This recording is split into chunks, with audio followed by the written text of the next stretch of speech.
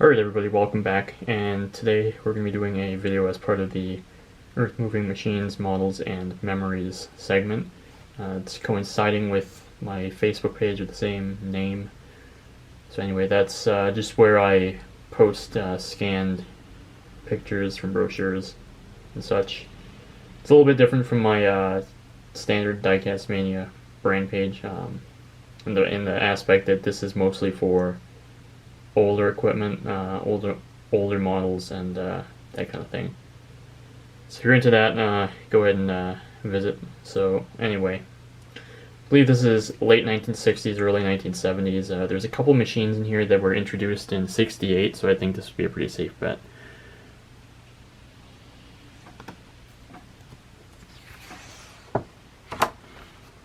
So here we are.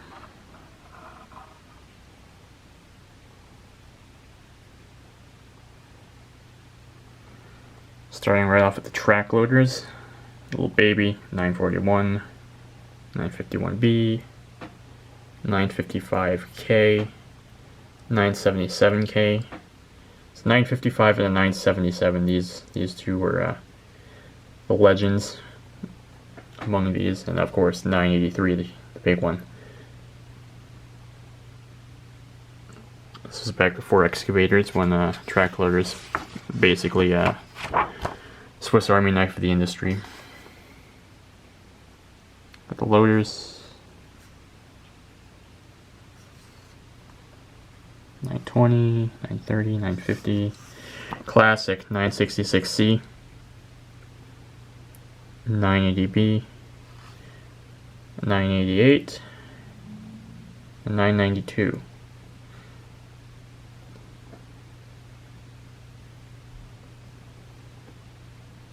I think that's a 966C.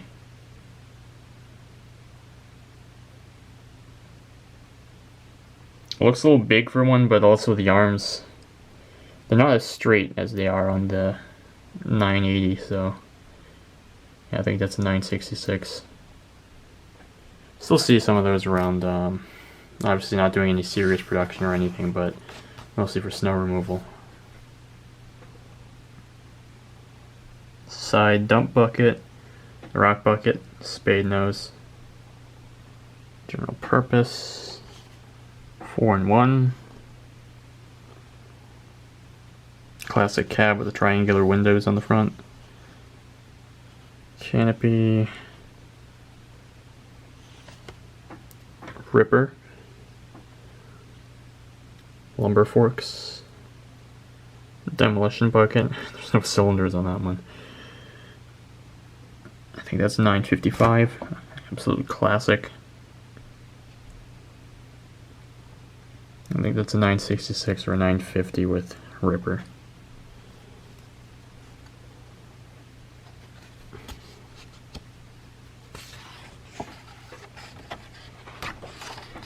Wheel dozers. It's a little bit interesting to see that there. Pushing rocks, of all things, with that close to a high wall. I don't think the tires would have lasted very long. Actually, no, yeah, the floor is dirt. That could work. C9824. I think this one is based off the 966. This is a 980, and this is like a 988. I'm not going to spend too long on specifications or anything, because I think most of you here are for the pictures. That one's actually called the rock tamper. Interesting. That is the sheep's foot. I've always heard any kind of drum compactor referred to as the sheep's foot. So we've got the 815, 825B, 835. Moving on to the next page. No. Here we go. Graders.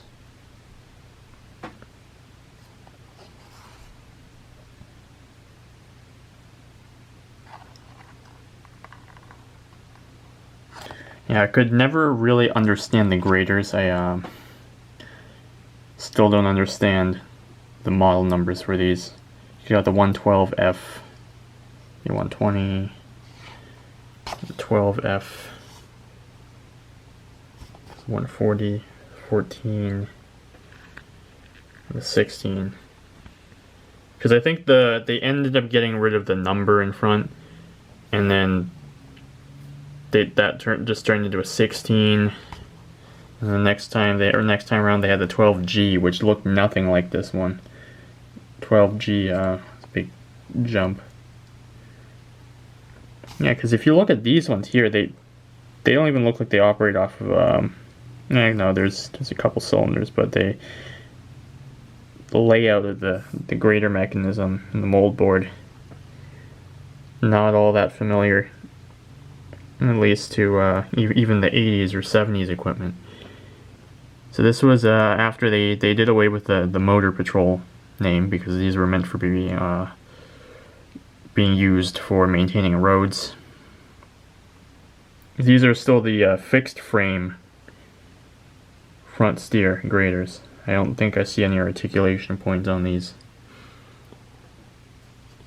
Interesting.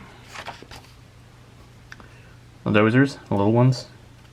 D4D, D5, D6C. Different kinds of blades and attachments.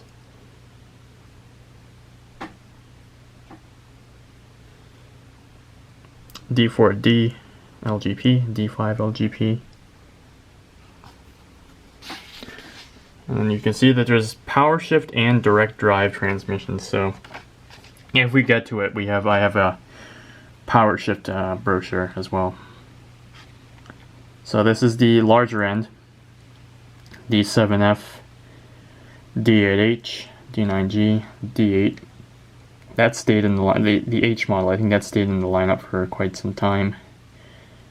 It's a D8K, replaced that, and then they went straight to the elevated drive tractor. Anyway, the D9G, yeah, that was the biggest dozer you could get for quite some time. The HD41, that wasn't out yet.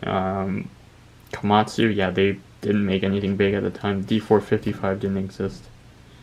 Anyway, different kinds of blades. Universal, I think that's where the term U-blade comes from. Rip dozers, I think that might have started off as like a Peterson or Balderson, yeah, I think a Peterson attachment. And they might have picked that up. Like CCM, they make the D9G with a rip blade. I think it's called a 9R blade. So it's basically like a standard blade, except the edges are hydraulically actuated, so they come down and have little teeth on the edge of the blade for either ripping or splitting stumps and stuff. Yeah, the ripping shank at each corner moves up and down. So you got the cushion blades for the dozers, helping out the scrapers. Single shank, multi-shank, the cabs.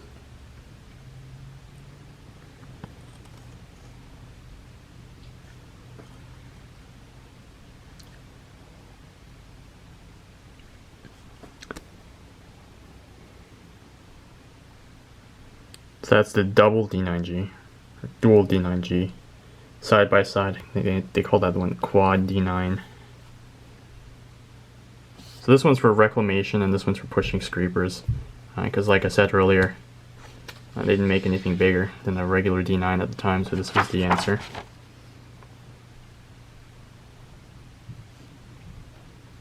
Cats on the farm. Toad scrapers.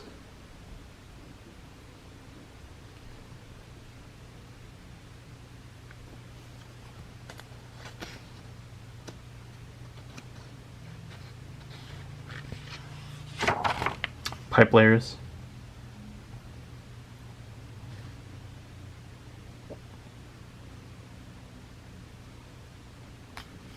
Not really sure the difference between a 583H and a 594.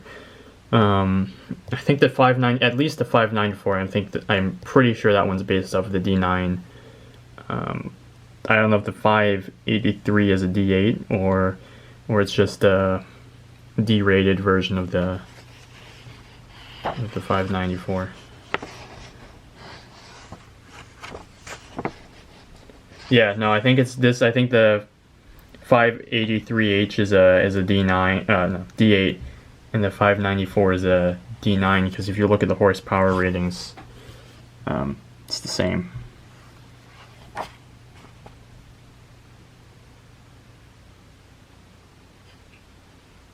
Of course, the lifting charts.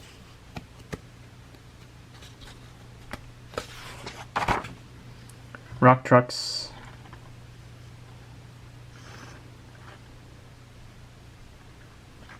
Still seen one of these around pretty recently, a couple years ago. A company that I think they were renting out some 769Cs. They had the 769B in the mix on the big rock job. And then, of course, Cat came out with the 777 later on in the 70s, and they did away with this kind of curved hood design and everything. The 777 really just set the pace for Cat's off-highway trucks. And then the 785, they made that one, basically magnified the concept and made it work with big trucks. Scrapers.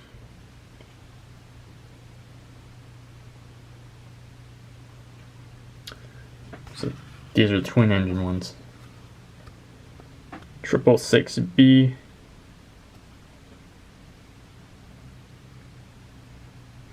So this was towards the end of the line for the 666 and the 660. As you can see, they have the same amount of horsepower. They just ended up removing the front axle.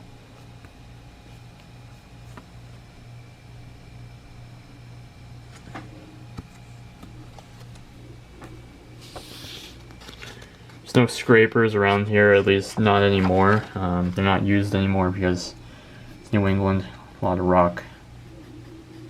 Any of the dirt that was moved by scraper was done years ago on the big highway. They put the interstate in and everything. Now everything's got to be blasted, if anything, dug out with an excavator. Different times. So these are the single engine or standard scrapers. 650, 651. Yeah, so as you can see, this was the beginning of the end for the tractor-drawn ones.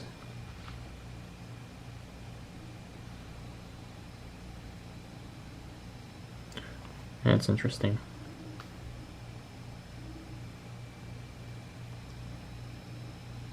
So they all got the same horsepower, but the 660 is just a higher capacity.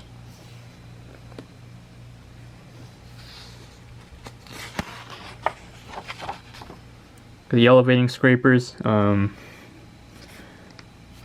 don't know if Cat made their own elevators or something, but because I know Terex either partnered with or bought out Hancock. I think Wabco made some elevating scrapers too.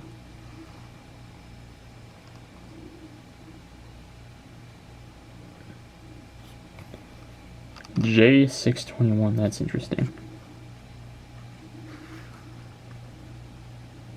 Oh, I think that, what's that say? Johnson, and I think that answers part of her question. So that one's got a Johnson bowl on it, the elevating scraper.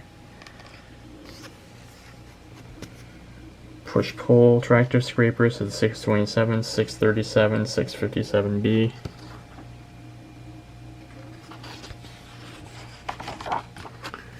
Here we are towards the end. Diesel engines.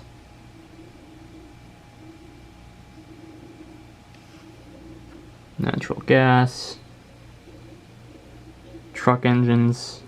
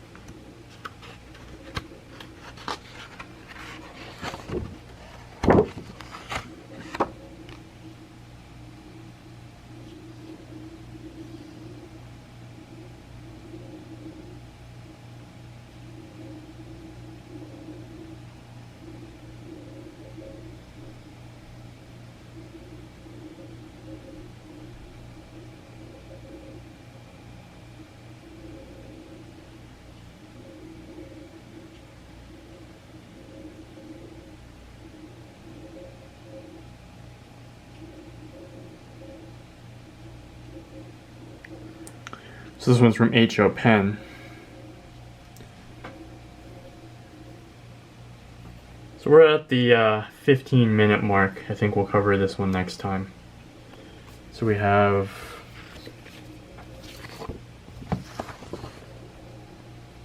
the one for the power shift, the 992,